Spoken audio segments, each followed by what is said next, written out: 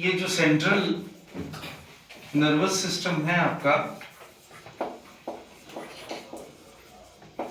NCERT बोलता है कि ये सबसे बड़ा इंफॉर्मेशन सेंटर है, लेकिन ये इंफॉर्मेशन, कमांड, कंट्रोल, इनफैक्ट हमारी बॉडी की जितनी भी एक्टिविटीज हैं, ठीक है, चाहे वो हमारे बस में हो चाहे वो हमारे बस में ना हो, वो सारी एक्टिविटीज को कौन कंट्रोल करता है? Central nervous system. दूसरी भाषा में मैं बोलूं तो हमारे सारे वॉलेंट्री और सारे इनवॉलेंट्री एक्टिविटीज को सेंट्रल नर्वस सिस्टम कंट्रोल करता है, चाहे वो हार्ट का रिदम हो, कार्डियक साइकिल हो, चाहे आपको प्यास लगे, भूख लगे, चाहे आपका मूवमेंट हो, आपका लोकोमोशन हो, आपका सारा का सारा चीज, मैक्सिमम कुछ इंपॉर्टेंट उसको छोड़ करके, it is controlled by the central nervous system. Central nervous system उसको कंट्रोल करता है। जैसे मैंने बताया था कि हमारे सारे इमोशंस, हमारा सारा बिहेवियर है ना, ये सब कौन कंट्रोल करता है? It is controlled by central nervous system. ठीक है, क्लियर? इसी की बदौलत हम देख पाते हैं, इसी की बदौलत हम बोल पाते हैं, इसी की बदौलत हम सुन पाते हैं, इसी की बदौलत हमारी सोच बनती है, इसी की बदौलत हमारा व्यवहार बनता है, इसी की बदौलत हमको भूख लगती है, इसी की बदौलत हमको प्यास लगती है। तो सारी चीजें जो कुछ भी होती हैं वो सब कौन कंट्रोल के अंदर आता है? It comes under the control of central nervous system. ठीक है, और जैसे मैंने बताया था कि ये जो मेरा ह्यूमन ब्रेन है, ये जो मेरे इसके अंदर मस्तिष्क है, इस मस्तिष्क को ये खोपड़ी जो होती है, ये जो स्कल होता है, ये इसको बहुत अच्छे से प्रोटेक्ट करके रखता है। इसी स्कल को हम बोलते हैं ब्रेन बॉक्स। क्या बोलते हैं इसको?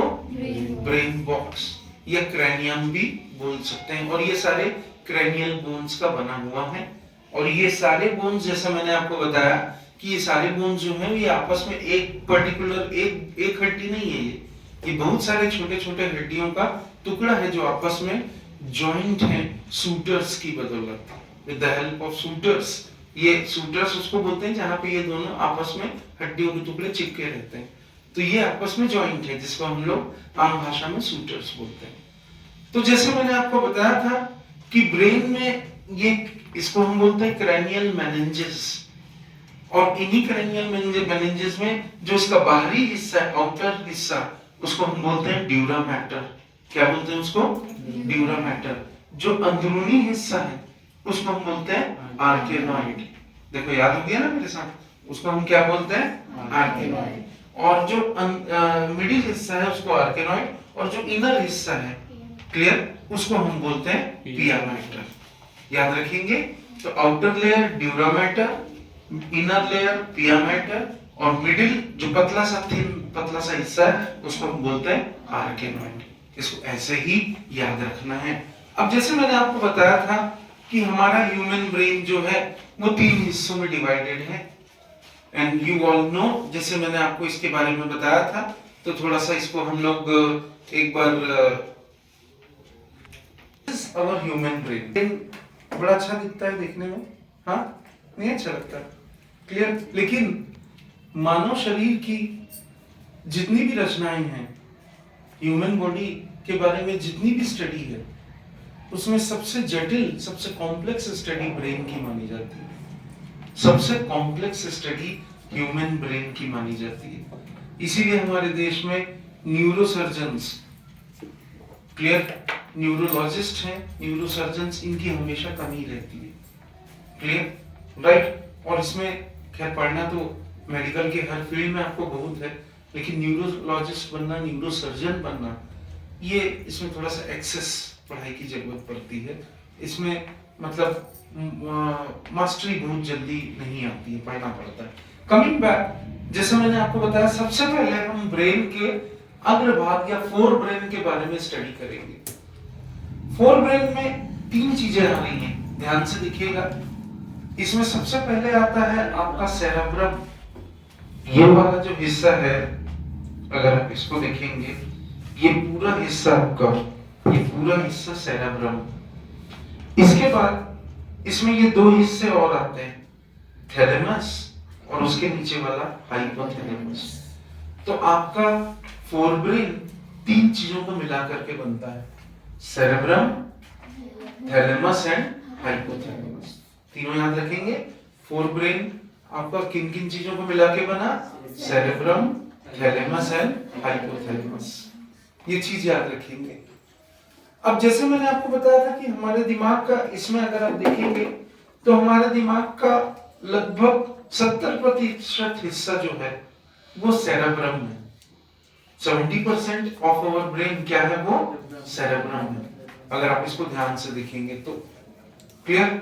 और इसमें अगर आप देखेंगे तो इसमें इस तरीके की क्लेफ्ट्स होते हैं, ठीक है। ये क्लेफ्ट, ये जो गड्ढे जिनको आप बोलते हैं, ये आपके ब्रेन को 2 हिस्सों में डिवाइड करते हैं। क्लियर? और 2 हिस्से कौन कौन से हुए? अगर हम ब्रेन को ऐसे देखेंगे तो ये एक ये वाला हिस्सा और इसी के साइड में फिर ये वाला हिस्सा, इसी को हम लोग बोलते हैं लेफ्ट हेमिस्फीयर और राइट हेमिस्फीयर, है ना। मतलब जैसे मैं आपको बताऊं तो ये मेरा ब्रेन है पूरा, ये मेरा दायां हिस्सा और ये मेरा बायां हिस्सा। ताज्जुब की बात ये है, आपने सुना होगा लोगों को 2 तरीके के लोग होते हैं, लेफ्ट हैंडर और राइट हैंडर। देखा होगा, यहाँ कोई लेफ्ट हैंडर है, ठीक है। तो आपने देखा होगा कि लेफ्ट हैंडर लोग, उनका सारा काम उल्टे हाथ से होता है, वो लिखते भी उल्टे हाथ से। Are you getting clear? एक आध कोई काम को छोड़ दें तो बाकी के सारे काम उनके लेफ्ट हैंड से होते हैं। उनको कंट्रोल करता है दिमाग का राइट हेमिस्फीयर, सीधा हिस्सा जो है। क्लियर? उनको कौन कंट्रोल करता है? Right hemisphere. और वैसे ही जो राइट हैंडेड लोग हैं, आप में से अधिकतर राइट हैंडेड हैं, तो आपके दिमाग का लेफ्ट हेमिस्फीयर, ये वाला हिस्सा आपके दिमाग को कंट्रोल करता है। जो लेफ्टी होते हैं उनके दिमाग का राइट हेमिस्फीयर, ये वाला हिस्सा, और जो राइटी होते हैं उनके दिमाग का लेफ्ट हिस्सा। ये चीज याद रखेंगे। हेमिस्फीयर बहुत सारे छोटे छोटी नर्व फाइबर्स या कोशिकाओं से आपस में जुड़ा रहता है, जहां पे ये पूरा लेफ्ट और राइट हेमिस्फीयर, ध्यान लगाएंगे, पूरा ये लेफ्ट और राइट हेमिस्फीयर जिस जगह से आपस में एक दूसरे से जुड़ा रहता है उसको बोलते हैं corpus callosum. Corpus callosum actually होता क्या है?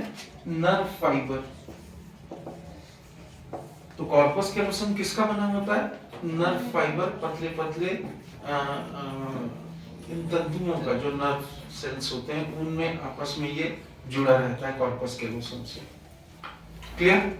अब जो हमारे इस पूरे हिस्से को, ये देखिए, सेल या कोशिकाओं का वो लेयर, वो परत जो इस पूरे ब्रेन को कवर करके रखती है, कोशिकाओं या सेल को जो परत पूरा इसको कवर करके रखती है, उस हिस्से को हम बोलते हैं सेरिब्रल कॉर्टेक्स। इसको ऐसे ही लिखना है, क्या बोलते हैं उसको? Cerebral cortex.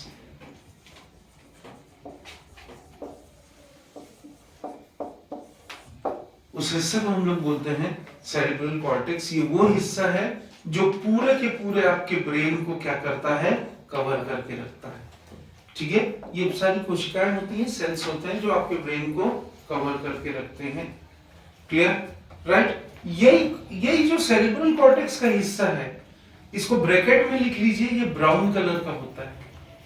ये देखिए यहाँ पे जब ये फोल्ड्स बनाने लगता है, ये फोल्ड्स दिख रहे हैं ना, ये आपस में जब ये गड्ढे बनाने लगते हैं तो इन फोल्ड्स को मोस्टली हम ब्राउन कलर का बोलते हैं, ये भूरे कलर का होता है। क्लियर? हाँ जी। इसके साथ साथ अगर आप देखेंगे तो ये ब्राउन कलर का होता है, इसीलिए इसको हम लोग ग्रे मैटर, ये दिखता होता ब्राउन है पर ये दिखता ग्रेइश है, इसीलिए इस पूरे सेरिब्रल कॉर्टेक्स को हम लोग ग्रे मैटर बोलते हैं। It is known as grey matter. ये पूरा का पूरा आपका सेरिब्रल कॉर्टेक्स होता है, ये ब्राउन है लेकिन ये दिखता क्या है आपको? ग्रे मैटर, है ना? क्लियर? अब जैसे मैंने आपको बताया था कि जो न्यूरॉन सेल बॉडीज हैं, क्लियर, ये ग्रे मैटर इनकी वजह से भी होते हैं। जैसा मैंने आपको पहले ही बताया था, आपने नर्व सेल पढ़ा है, पढ़ा है ना नर्व सेल, ये आपको याद होगा।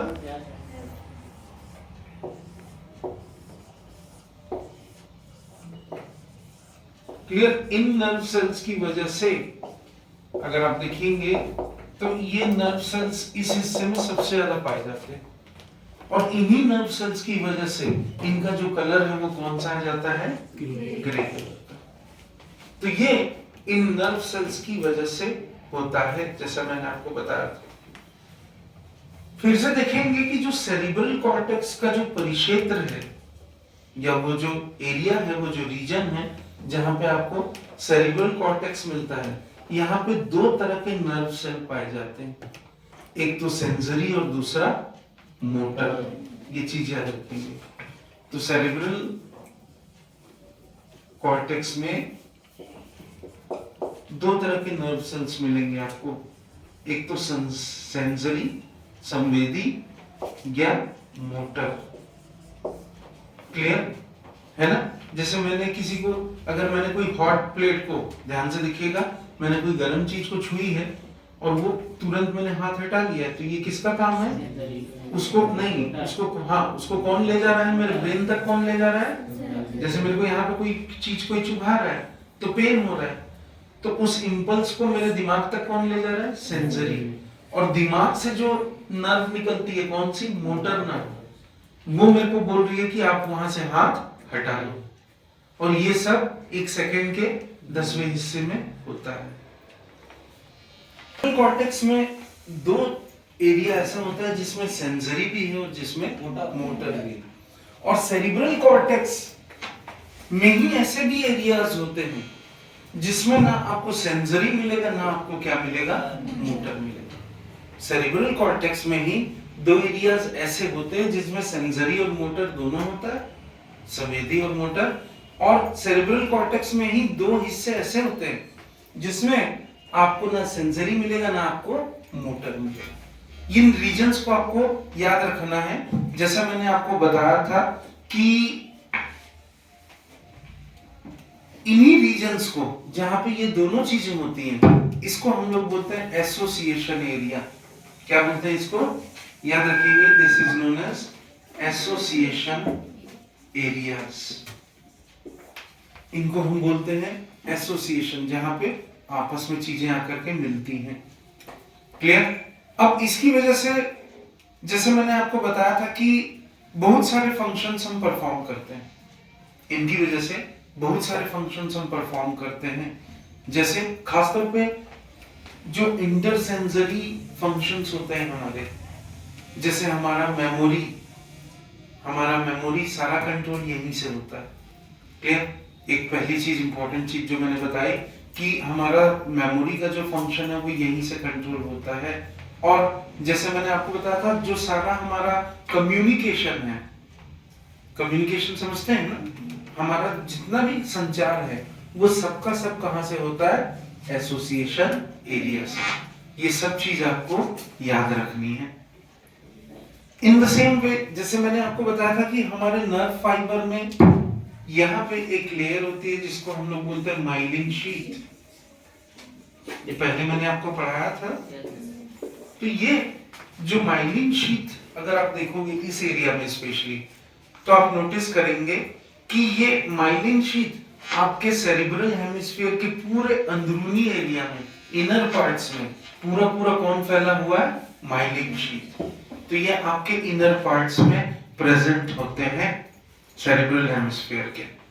क्लियर। और इन माइलिन शीट की वजह से आपके सेरिब्रल हेमिस्फीयर का अंदर का जो हिस्सा है वो आपको व्हाइट नजर आता है। तो दिमाग के सेरिब्रल हिस्से का जो इनर पार्ट है वो कौन से कलर का हुआ, वो हुआ आपके व्हाइट कलर का।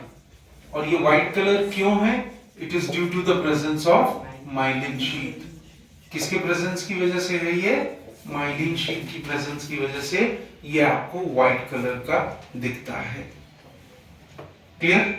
इसी के साथ जैसा मैंने बताया था कि जो सेरेब्रम है पूरा, देखिए ऐसे देखेंगे तो आप इसमें नोटिस करेंगे कि आपका जो पूरा सेरेब्रम है वो एक जगह आकर के लपटा जाता है, कवर हो जाता है। इस हिस्से को हम बोलते हैं, this is known as thalamus. कौन सा हिस्सा है ये? थैलेमस है। जैसा आप इसमें देख रहे हैं कि जो थैलेमस है आपका, है ना, थैलेमस दो चीजों का काम करता है, ठीक है। हमको जैसे मान लीजिए किसी ने ऐसे चिमटी काटी, ये ऐसे चिमटी काटी तो दर्द हो रहा है, और उस दर्द को सहना, उस दर्द का हमारे दिमाग तक पहुंचना और हमारा तुरंत हाथ हटा लेना, ये सब मोटर और सेंसरी, ये दोनों काम, ये दोनों इम्पल्स सबसे पहले कहा जाता है, it goes into the thalamus. तो अधिकतर हमारी जितनी संवेदनाएं हैं वो सब के सब सबसे पहले कहा जाती हैं, वो थैलेमस में जाती हैं, जैसा मैंने आपको बताया था। क्लियर? और थैलेमस सिग्नलिंग का काम करता है कि कौन सी सिग्नलिंग करता है? मोटर और सेंसरी, इन दोनों के सिग्नलिंग का काम कौन करता है? वो काम करता है थैलेमस। दिमाग का और एक बहुत इंपॉर्टेंट हिस्सा है जिसको हम बोलते हैं हाइपोथैलेमस। दिमाग का हमारे एक और बहुत इंपॉर्टेंट ये वाला हिस्सा है जिसको हम बोलते हैं हाइपोथैलेमस। क्लियर? हाइपोथैलेमस अगर आप देखेंगे इसमें, तो हाइपोथैलेमस बिल्कुल थैलेमस के नीचे है। ध्यान से देखिएगा, ये आपका थैलेमस है और थैलेमस के जस्ट नीचे क्या है? आपका हाइपोथैलेमस। क्लियर? तो हाइपोथैलेमस बिल्कुल आपके थैलेमस के नीचे, इस हिस्से में आपका हाइपोथैलेमस है। हाइपोथैलेमस हमारे इस दिमाग का सबसे इंटीग्रल, सबसे इंपॉर्टेंट, सबसे महत्वपूर्ण हिस्सा है। अब कैसे है? जैसे मैंने बोला कि जस्ट ये थैलेमस के नीचे है। अगर आप देखेंगे तो हाइपोथैलेमस आपकी बॉडी में तीन प्रमुख चीजें कंट्रोल करता है। क्या क्या? आपकी बॉडी का टेम्परेचर, आपकी बॉडी का टेम्परेचर, शरीर का ताप। दूसरा आपकी प्यास, आपकी भूख, जैसा मैंने आपको बताया था कि ये सारे होता है। इस हाइपोथैलेमस में हमारे पास में न्यूरो सेक्रेटरी सेल्स होता है। इसको ऐसे ही याद रखेंगे कि हाइपोथैलेमस, इसमें न्यूरो सेक्रेटरी सेल्स, ठीक है। ये न्यूरो सेक्रेटरी सेल्स या जो कोशिकाएं होती हैं, कहां होती है? हमारे हाइपोथैलेमस में, ठीक है। और ये कुछ हार्मोन बनाती है जिसको हम बोलते हैं हाइपोथैलेमिक हार्मोन। इन्हीं न्यूरो सेक्रेटरी सेल्स से हाइपोथैलेमिक हार्मोन बनता है। जिसे मैंने आपको बताया, इन्हीं न्यूरो सेक्रेटरी सेल्स से आपका हाइपोथैलेमिक हार्मोन बनता है। क्लियर है ना? और हमारे इस, ध्यान से समझेंगे, हमारे इस सेरेब्रल हेमिस्फीयर में और इसके और इनर पार्ट्स में ब्रेन के और कुछ इंपॉर्टेंट हिस्से होते हैं। ब्रेन के और भी कुछ इंपॉर्टेंट हिस्से होते हैं, जैसे हम बोलते हैं हिप्पोकैम्पस या अमाइगडाला। दोनों याद रखेंगे, हिप्पोकैम्पस, इट इज हिप्पोकैम्पस, और अमाइगडाला।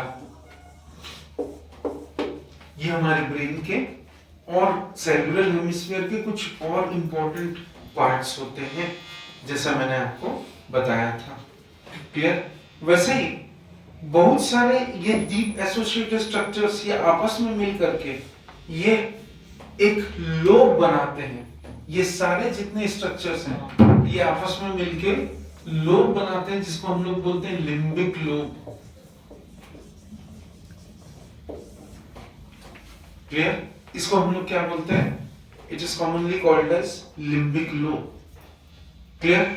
और हमारा जैसे जितना भी सेक्सुअल बिहेवियर है, जो भी हमारा सेक्सुअल रिस्पॉन्स है, क्लियर, वैसे ही हमारे जो इमोशंस हैं, बोलते हैं ना कभी खुशी कभी गम, है ना, तो ये सारे इमोशंस जो हैं, ठीक है, क्लियर, हमको डर भी लगता है तो इन्हीं एरियाज की वजह से।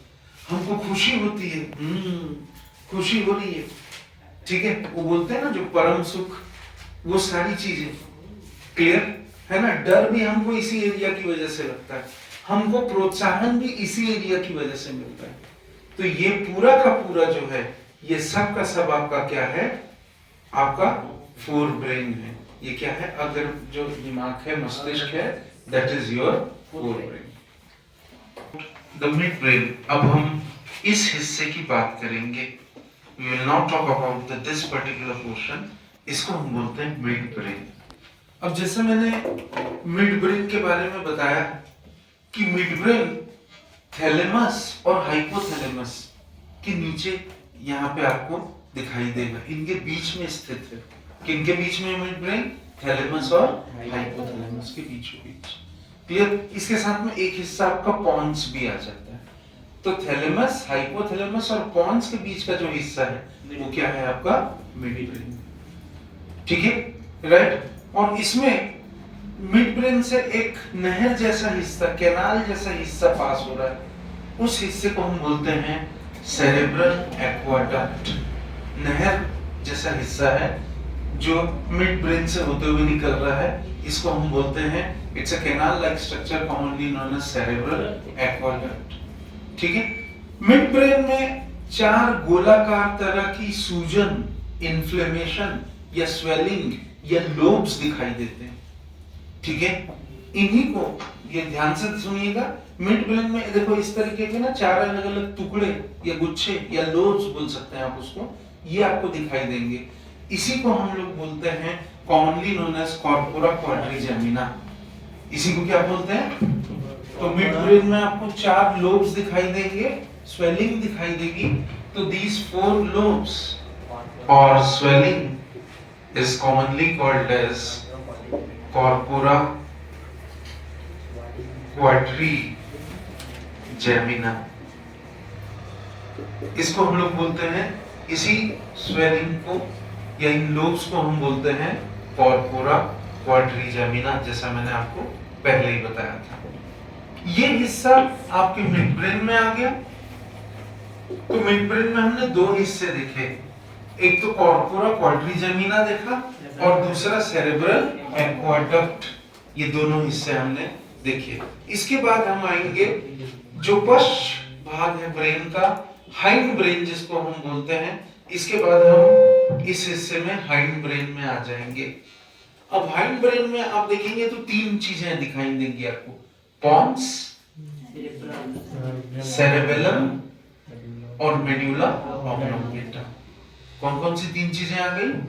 पॉन्स, सेरेबेलम और मेड्यूला ऑब्लोंगेटा। ये तीनों चीजें कहाँ आ रही हैं आपके? ये तीनों चीजें आ रही हैं आपके किसमें? हाइंड ब्रेन में। ये तीनों चीजें आपके हाइंड ब्रेन में आ गई। कौन कौन सी? पॉन्स, सेरेबेलम और मेड्यूला ऑब्लोंगेटा। ये तीनों चीजें आपके हाइंड ब्रेन में आ रही हैं। पॉन्स अगर आप देखोगे तो पॉन्स में पतले पतले जो तंतु या फाइबर्स होते हैं, पॉन्स में जनरली अगर आप देखेंगे तो फाइबर्स मिलेंगे आपको। पॉन्स में आपको क्या मिलता है? मोस्टली आपको फाइबर मिलेंगे। ये फाइबर्स दिमाग के अलग अलग हिस्सों को आपस में इंटरकनेक्ट करते हैं। दे interconnect the various regions of brain। ये दिमाग के आपके अलग अलग हिस्सों को आपस में एक दूसरे से जोड़ते हैं, है ना? तो they connect the various regions of the brain। दिमाग के अलग अलग हिस्सों को ये आपस में जोड़ते हैं, कनेक्ट करते हैं। क्लियर है ना? और देखिए आपको ये इसको बहुत सारी फिल्मों में भी आपने सुना होगा, लोगों को बोलते छोटा दिमाग बोलते हैं, है ना? तो ये सेरेब्रम में, ये सेरेबेलम में सॉरी, इसमें बहुत सारे ऐसे कन्व्यूलेशंस होते हैं। कन्व्यूलेशंस मतलब गोलाकार गड्ढे होते हैं। इन्हीं कन्व्यूलेशंस को, ये कन्व्यूलेशंस या ये जो गोलाकार गड्ढे हैं, गुच्छा भी बोल सकते हैं, ये ब्रेन का जो सरफेस एरिया है, जो पृष्ठ सतह है, उसको बढ़ा देता है। क्या कर देता है? ये ब्रेन के सरफेस एरिया को बढ़ा देता है ताकि ज्यादा से ज्यादा इसमें न्यूरॉन्स जो है वो आ सके, जैसा मैंने आपको बताया था। अब तीसरा हिस्सा आप देखेंगे, ब्रेन का आखिरी हिस्सा मेड्यूला है।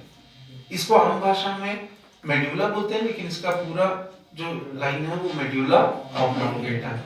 यही मेडुला ऑब्लोंगेटा मेरे स्पाइनल कॉर्ड से कनेक्टेड है और ये स्पाइनल कॉर्ड पूरी बॉडी में सब तरफ फैला हुआ है और इन्हीं स्पाइनल कॉर्ड की वजह से मैंने बताया ना कि मेरे को जो भी संवेदनाएं होती हैं, कोई चिमटी भी ऐसे मार रहा है, कोई ऐसे छू भी रहा है, तो उस सेंसेशन को सबसे पहले कहां तक पहुंचाया जाता है? वो पहले पहुंचता है मेरे स्पाइनल कॉर्ड में।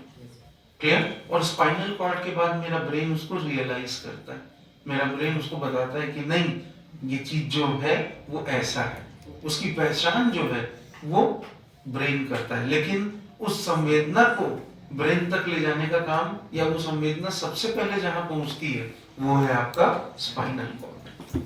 Is this clear?